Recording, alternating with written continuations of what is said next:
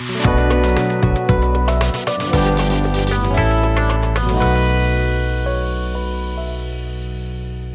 काल से ऑनलाइन शिक्षा की संकल्पना का जन्म हुआ, लेकिन इसके अलावा छात्रों के लिए आसान और पारंपरिक ऑफलाइन शिक्षा पद्धति का महत्व अब भी कम नहीं हुआ है। आज की शिक्षा पद्धति के बारे में चर्चा करने के लिए हमारे साथ हैं अजय चालखुरे जी, शिक्षक, निकुंज विद्यालय नागपुर तथा कोषाध्यक्ष, English forum, multipurpose society Nagpur और स्टूडेंट पेरेंट्स एक्टिविस्ट। नमस्कार सर, आपका हमारे महाराष्ट्र टीवी 24 के न्यूज स्टूडियो में स्वागत है। शिक्षा हमारे जीवन में क्या महत्व रखती है और शिक्षा का क्या उद्देश्य होना चाहिए? शिक्षा हमारे जीवन में बहुत ज़्यादा महत्वपूर्ण है, यह है। और शिक्षा यानी क्या एग्जैक्टली ये हमको समझना बहुत ज़रूरी है। Education is nothing but the learning of life skills. ये एक बोला जाता है कि शिक्षा जो है वो और कुछ नहीं, हम जो लाइफ जीते हैं वो लाइफ जीने के लिए जो स्किल्स की आवश्यकताएं हैं वो आवश्यकता पूर्ण करने के लिए जो भी हम सीखना है उसे हम एजुकेशन कहेंगे। तो ये बहुत ज़रूरी है, क्योंकि जब हम सीखते हैं तो केवल सिर्फ फिजियोलॉजिकल फिजिकल ही नहीं पर मानसिक भी शिक्षा बहुत ज़रूरी होती है। तो ओवरऑल जो है वो पर्सनालिटी का विकास करने के लिए शिक्षा का एक माध्यम बहुत ही महत्वपूर्ण है। इसलिए हम एजुकेशन बोलते हैं जिसे, और शिक्षा जो है वो हमें लेना ही चाहिए। अभी के काल में जो शिक्षा का महत्व नौकरी पाने के तरफ जो बढ़ रहा है, तो क्या लगता है आपको, नौकरी पाना शिक्षण है या एक सुसंस्कृत नागरिक बनाना, इसे शिक्षण का महत्व मानेंगे? क्या आप बताएंगे? देखो, ऐसा है कि नौकरी पाना ये आजकल प्राइमरी ऑब्जेक्टिव हो गया है शिक्षा ग्रहण करने का जी। मगर मेरे हिसाब से अगर मैं सोचूं तो शिक्षा का ग्रहण इसलिए किया जाना चाहिए कि हम as a person, as a human being अपने स्किल्स को विकसित करें, डेवलप करें, और जो भी हमारी कैपेसिटी है, कैपेबिलिटीज़ है, एबिलिटीज़ है, वो सारे चीज़ों का संयोग करके हम अपने जीवन में किसी भी क्षेत्र में जैसे तैसे कैसे हम सफल हो, इसके लिए शिक्षा का ज़रूरी होता है। मगर आजकल जो यानी बिलीफ है, आजकल के जो यानी लोग शिक्षा का महत्व सिर्फ इसीलिए देते हैं कि एजुकेशन लेने के बाद हमें एक अच्छी नौकरी मिलनी चाहिए, सिर्फ इतने उद्देश्य भर के लिए लोग शिक्षा लेते हैं और यही जनरल प्रैक्टिस है। मगर ऐसा नहीं है कि सिर्फ शिक्षित लोग ही पैसा कमाते हैं या जॉब मिलता है। बहुत से लोग जो बहुत ज़्यादा शिक्षित भी नहीं हैं, ऐसे लोग भी अपने स्किल्स के बेसिस पे बहुत सारा पैसा कमाते हैं। तो मैं इस संबंध को बराबर नहीं समझता। फॉर्मल एजुकेशन ये नौकरी के लिए भले ही ज़रूरी हो सकता है, मगर अगर किसी भी क्षेत्र में अगर आप अपने स्किल्स डेवलप करें किसी भी शिक्षा के माध्यम से, तो आप पैसा भी कमा सकते हैं और बहुत अच्छा लाइफ जी भी सकते हैं। देश की वर्तमान शिक्षा प्रणाली के बारे में आपके क्या विचार हैं? वर्तमान शिक्षा प्रणाली जो आज की है वो तो आपको पता है कि फॉर्मल एजुकेशन सब तरफ है। बहुत बड़ी बड़ी यूनिवर्सिटीज़ में बहुत से प्रोफेशनल कोर्सेस चलाए जाते हैं। एजुकेशन काफ़ी महंगा हो गया है और फॉर्मल एजुकेशन की होड़ मची हुई है। आप अगर देखेंगे तो प्रोफेशनल एजुकेशन लोग जब लेते हैं तो बहुत ज़्यादा फीस भर करके एजुकेशन लेना चाहते हैं, मगर सिर्फ फॉर्मल एजुकेशन लेकर के ही आप जो है वो बड़ा नहीं बन सकते। आज भारत के परिप्रेक्ष्य में अगर देखा जाए तो शिक्षा प्रणाली जो है वो कहीं ना कहीं उसमें रिफॉर्म्स की बहुत ज़रूरत है। रिफॉर्म्स इस तौर पे मैं बोल रहा हूँ क्योंकि यूनिफॉर्मिटी नहीं है शिक्षा में भारत के अंदर में।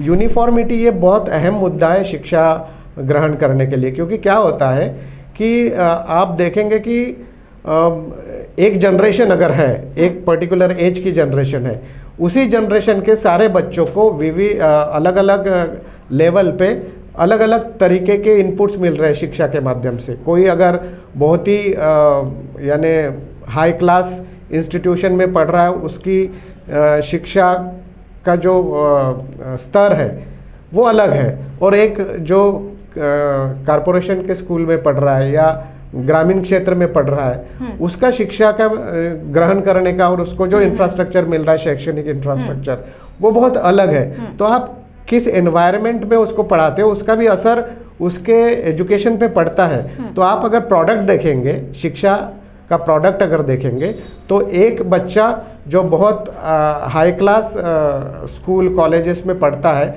उसका आईक्यू अपने आप बहुत ज़्यादा होगा, और एक बच्चा जो ग्रामीण क्षेत्र में टूटे फूटे स्कूल में पढ़ता है, जहाँ पे कोई टेक्नोलॉजिकल गैजेट्स नहीं है, वो बच्चे की, उसी उम्र के बच्चे की डेवलपमेंट बहुत कम होगी। तो आप कहीं ना कहीं ये दो चीज़ें पैरेलल चला रहे हैं, जबकि एजुकेशन का उद्देश्य वैसा नहीं होना चाहिए। समान एजुकेशन होना चाहिए, और समान एजुकेशन के लिए यूनिफॉर्म एजुकेशन देना बहुत ज़रूरी है। तो ये यूनिफॉर्म एजुकेशन देने की पॉलिसी अभी तक इंडिया में डेवलप नहीं हुई है। उसके कारण है क्योंकि एजुकेशन ये ऐसा सब्जेक्ट है जो कॉन्करेंट लिस्ट में भी है, संविधान के कॉन्करेंट लिस्ट में भी है, और वो सेंटर का भी सब्जेक्ट है और स्टेट का भी सब्जेक्ट है। और स्टेट जो है वो भाषा पर आधारित है, एक अलग कम्युनिटी अलग अलग स्टेट्स में है। तो जब स्टेट कोई एजुकेशन पॉलिसी बनाता है तो वो अपने स्टेट का उस पर ज़्यादा इन्फ्लुएंस होता है, और सेंटर कुछ पॉलिसी बनाती है तो वो एक ग्लोबल तरीके की पॉलिसी बनाती है। तो इसमें कहीं ना कहीं द्वंद्व है, कहीं ना कहीं कुछ कॉन्फ्लिक्ट है। तो ये कॉन्फ्लिक्ट के वजह से भी एजुकेशन, आप अगर कर्नाटका में देखोगे, गोवा में देखोगे, हिमाचल प्रदेश में देखोगे और महाराष्ट्र में देखोगे, तो कंपेयर करोगे तो हर जगह अलग अलग लेवल की अलग अलग तरीके से एजुकेशन दिया जा रहा है, उसमें कोई यूनिफॉर्मिटी नहीं है। तो ऑब्वियसली जो प्रोडक्ट निकलेगा वो यूनिफॉर्म नहीं निकलेगा।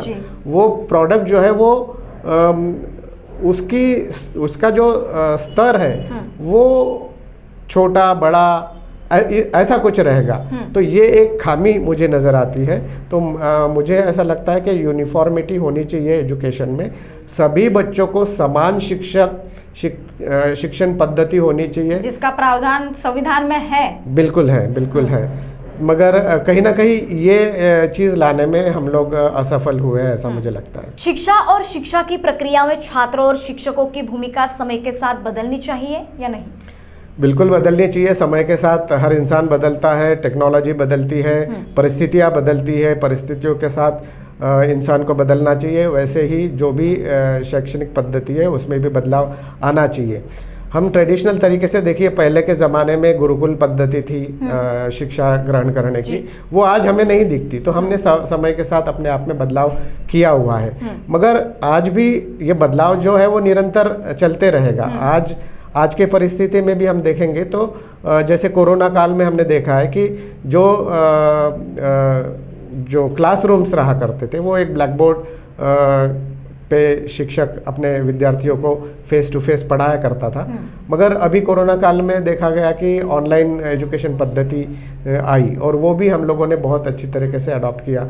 क्लासरूम्स जो है वो ऑनलाइन हुआ करते थे उस दौरान जब लॉकडाउन हुआ करता था, तो हमने अपने आप को उसमें ढाल दिया है। मगर उसके भी कुछ फ़ायदे भी है, कुछ नुकसान भी है। तो मैं समझता हूँ कि दोनों का कॉम्बिनेशन होना चाहिए। ऑनलाइन शिक्षा भी होनी चाहिए, उसके साथ साथ क्लासरूम एजुकेशन भी होना चाहिए। दोनों का फ्यूजन करके कुछ एक अच्छा विकसित पद्धति हम लोग डेवलप कर सकते हैं। क्या शिक्षकों का अतिरिक्त कार्य शिक्षा और सीखने की पर प्रतिकूल प्रभाव डाल रहा है? बिल्कुल प्रतिकूल प्रभाव डालेगा। शिक्षकों का प्राइमरी जो वर्क है वो है एजुकेशन, बच्चों को पढ़ाना, प्राइमरी वर्क है ये शिक्षकों का, बराबर है। तो इस काम को अगर शिक्षकों को आप एंगेज करेंगे कि इलेक्शन का काम दे दिया आपने, BLO का काम दे दिया जो आपके वोटर लिस्ट को अपग्रेड करते हैं, या फिर कोई दूसरा भी काम दे दिया जैसे एरिया में जाकर, यानी कौन सा सेंसस का काम होता है, या और भी बहुत से काम होते हैं, बहुत से काम जो है वो शिक्षकों को दिए जाते हैं। जिसे कम करने के लिए कई बार शिक्षकों के जो आंदोलन होते हैं उसमें उन्होंने उसकी भी एक मांग की है कि वो कम किया जाए। जी जी। तो इसका प्रभाव तो पड़ेगा ही। शिक्षक अल्टीमेटली एक ऐसा इंसान है, उसकी एक एनर्जी लेवल है, उसकी एक कैपेसिटी है, उसका माइंड है, वो कोई तो मशीन तो है नहीं। तो अगर आप उसको अतिरिक्त कार्यभार देते हैं तो उसका असर तो उसकी जो इच्छा है एजुकेशन देने की, उस पर तो पड़ेगा ही ना। क्योंकि अगर आपने उसको एट द सेम टाइम दो चार्ज दिए हैं, एक तो आप स्कूल में जाके कॉलेज में जाके भी पढ़ाओ और बाकी अशैक्षणिक काम है, शाला बाह्य जो काम है वो भी अगर आप उसको देंगे, तो अगर वो बाहर का काम करके आया तो ऑब्वियसली स्कूल में आने के बाद वही काम में एंगेज रहेगा। वो कहीं ना कहीं उसका असर तो फॉर्मल एजुकेशन पे होगा ही होगा, तो असर ज़रूर होता है। तो इसलिए ये जो काम है वो हटाना चाहिए और सिर्फ प्राइमरी काम शिक्षकों को देना चाहिए। मैं एक एग्जांपल देना चाहूँगा।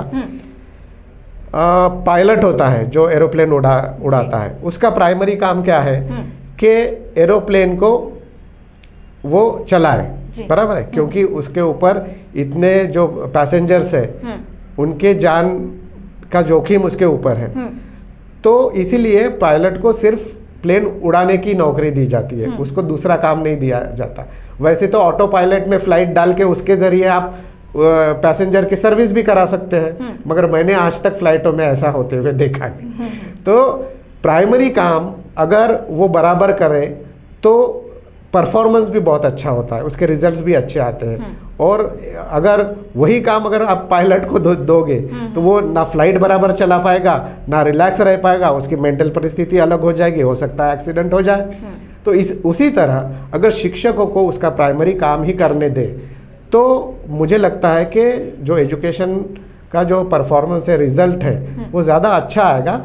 होता क्या है कि हमने हमारे देश में कैसा है कि education is a non revenue producing department, isn't it? उससे पैसा कमाया नहीं जाता। मगर लोग भूल रहे हैं इस बात को, पॉलिटिशियंस लोग भूल रहे हैं इस बात को कि जब शिक्षा के माध्यम से एक बच्चे को पढ़ाया जा रहा है तो हम एक ह्यूमन रिसोर्स डेवलप कर रहे हैं जो आपके गोल्ड माइन से गोल्ड निकालने से भी ज़्यादा महत्वपूर्ण है, प्राइसलेस है। वो नॉलेज हम दे रहे हैं तो वो प्राइसलेस है जी। और वो प्राइसलेस होने की वजह से उसकी एक वैल्यू है। आप शिक्षा को इतना कम बजट क्यों अलॉट करते हो? देखा गया है कि हमारे बजट में शिक्षा को सिर्फ 3-4% ही बजट अलोकेट होता है। इस 3-4% में आपको सभी चीज़ें करनी पड़ती है। तो शिक्षकों को सैलरी देना, इंफ्रास्ट्रक्चर डेवलप करना, सारी चीज़ें करना, ये पॉसिबल नहीं है। तो बजट में शिक्षा के लिए बजट भी बढ़ाना चाहिए, ऐसा मुझे लगता है, बहुत ज़्यादा बढ़ाना चाहिए, हालांकि सबसे ज़्यादा मेरे हिसाब से। इतने साल से आप इस शिक्षा क्षेत्र में कार्यरत हो, क्या लगता है छात्रों को सीखने में किस प्रकार की बाधाएं आती है? देखो, छात्रों को सीखने में बहुत सी बाधाएं आती है, मगर मेरा ऐसा पर्सनल अनुभव है कि छात्र के ऊपर बहुत कुछ डिपेंड करता है कि उसको सीखना कैसे है, कब सीखना है, क्या सीखना है, कैसे सीखना है, किस माध्यम से सीखना है। ठीक है, हम बहुत बार हम एग्जाम्पल देते हैं एकलव्य का, जिसने अपने गुरु की प्रतिमा के सामने खुद ही शिक्षा ग्रहण कर ली। तो मुझे लगता है कि आज के ज़माने में शिक्षक एक फैसिलिटेटर है।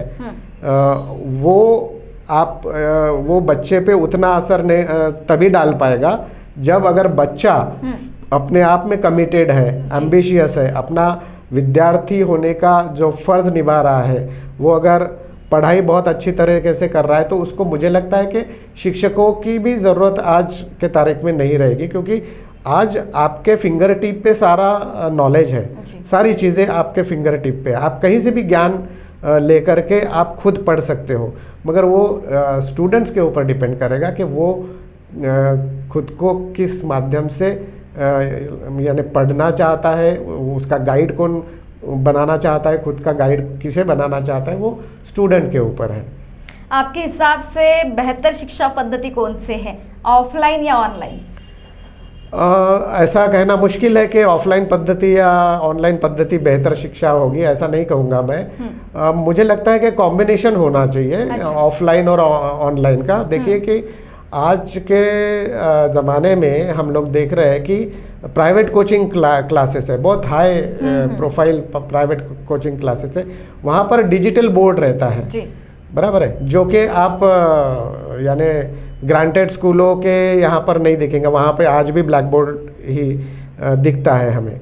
मगर यहाँ पे डिजिटल जो ब्लैक बोर्ड है उससे आपका एजुकेशन का स्तर बहुत ऊंचा चले जाएगा, क्योंकि डिजिटल के माध्यम से आप ब्लैक बोर्ड नहीं, वो आप उसको यानी वीडियोस भी दिखा सकते हैं, ऑडियोज भी दिखा सकते हैं, दुनिया भर का नॉलेज आप वहाँ पर दे सकते हैं उस माध्यम से। तो ऑडियो विजुअल क्लासरूम्स आज बहुत ज़रूरी है। तो मुझे लगता है कि टीचर तो होना ही चाहिए, पर ऑडियो विजुअल क्लासरूम भी होना चाहिए। ऑनलाइन की जब ज़रूरत हो, जब बच्चा घर में हो, तो ऑनलाइन भी शिक्षा देने का जो फैसिलिटी है वो होनी चाहिए। तो ये एक कॉम्बिनेशन के तौर पर हमें विकसित करना पड़ेगा शिक्षण पद्धति को। ऑनलाइन क्लासेस में भी दिक्कतें आती है, किस प्रकार की दिक्कतें आती है? हाँ, ऑनलाइन क्लासेस के भी अपने एक मर्यादाएं हैं, लिमिटेशंस है, उसके भी नुकसान है। होता क्या है कि मैंने देखा है कि अभी जो